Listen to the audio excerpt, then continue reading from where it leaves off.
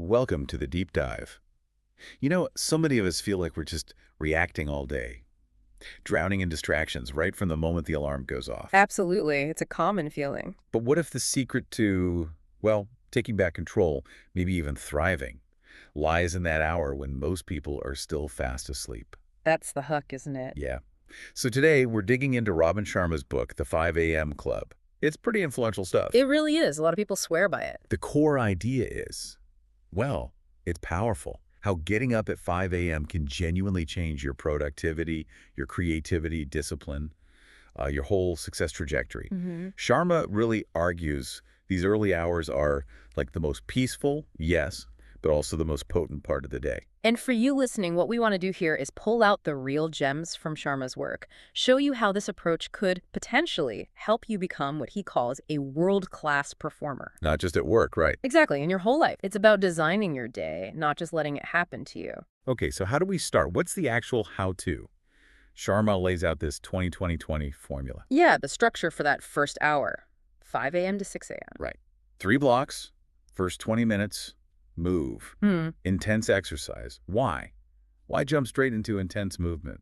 Seems tough. Well, it is tough initially, but it's not just about, burning calories. Physiologically, you're shifting gears from rest to alert, priming the system. Okay. That burst of activity wakes up your body, sure, but it also cuts stress and, crucially, triggers dopamine. It energizes your brain for what's next. Dopamine first thing. I like that. Okay, Yeah. body's activated. What's next for the mind in that hour? The second 20 is reflect.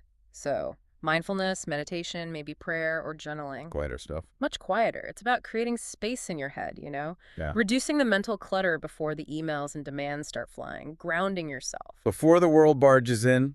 Makes Right. sense. And the last 20. That's grow. Read something useful, listen to a podcast, study language. Whatever develops your mind expands your knowledge. So, move, reflect, grow. That's the formula. And Sharma has that great line, when you own your morning, you start winning your day. It feels very complete, which ties into another idea in the book, the 4 interior empires. He says success isn't just mindset. No, definitely not. Mindset, your thoughts, your beliefs, that's one. But there's also Heartset. That's your emotional life, your connections. Okay. And Healthset, obviously, your physical health, your energy. And finally, Soulset. That's more about your spirit, your purpose, why you're doing it all. Wow. Mindset, heartset, healthset, soulset. Mastering all 4. That's the goal. What's the idea? Yeah. An integrated, powerful self, ready for anything. It sounds amazing, but also really demanding. That level of discipline. I mean, 5 a.m. every day, following that structure. How do we actually build habits that strong? Does he talk about, like, the struggle? Oh, absolutely. He calls it habit installation equals identity transformation. Yeah. And he's clear. It takes time. About 66 days, he suggests, for a habit to become automatic. 66 days. Okay. Yeah. How does that break down? 3 phases. First is destruction. Days 1 to 22. This is the hard part. You're breaking old ways. It feels messy, uncomfortable. You'll want to quit. I bet. So phase 1 is just pushing through the awful bit. Pretty much. Then comes installation. Days 23 to 44. This is where you're consciously building the new neural pathways. It's still clunky, maybe inconsistent, but you're installing the habit. Less awful, but still works. Still work, yeah. Then finally, integration. Days 45 to 66.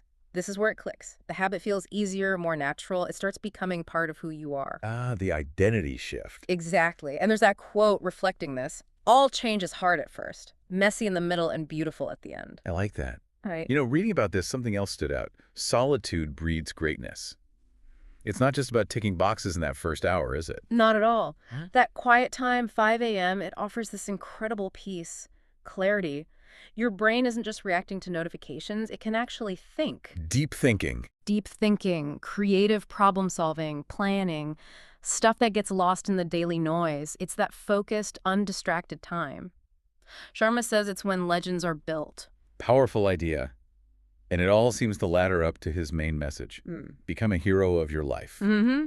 It's not about waiting to be chosen for greatness. It's about choosing it yourself through discipline, through intention. Taking control. Taking control, rising early, designing your day, building those empires within yourself. It's proactive. So wrapping this up, what's the core takeaway for someone listening? Well, look, the 5 a.m. club, It's not just about the time on the clock, though that's the trigger. It's really about living intentionally, mastering yourself, mind, emotions, health, spirit, becoming the best version of you. Owning your morning to own your life. Precisely. Remember that line. The moment you take full responsibility for your morning is the moment you start taking back your life. It's about agency. That really lands.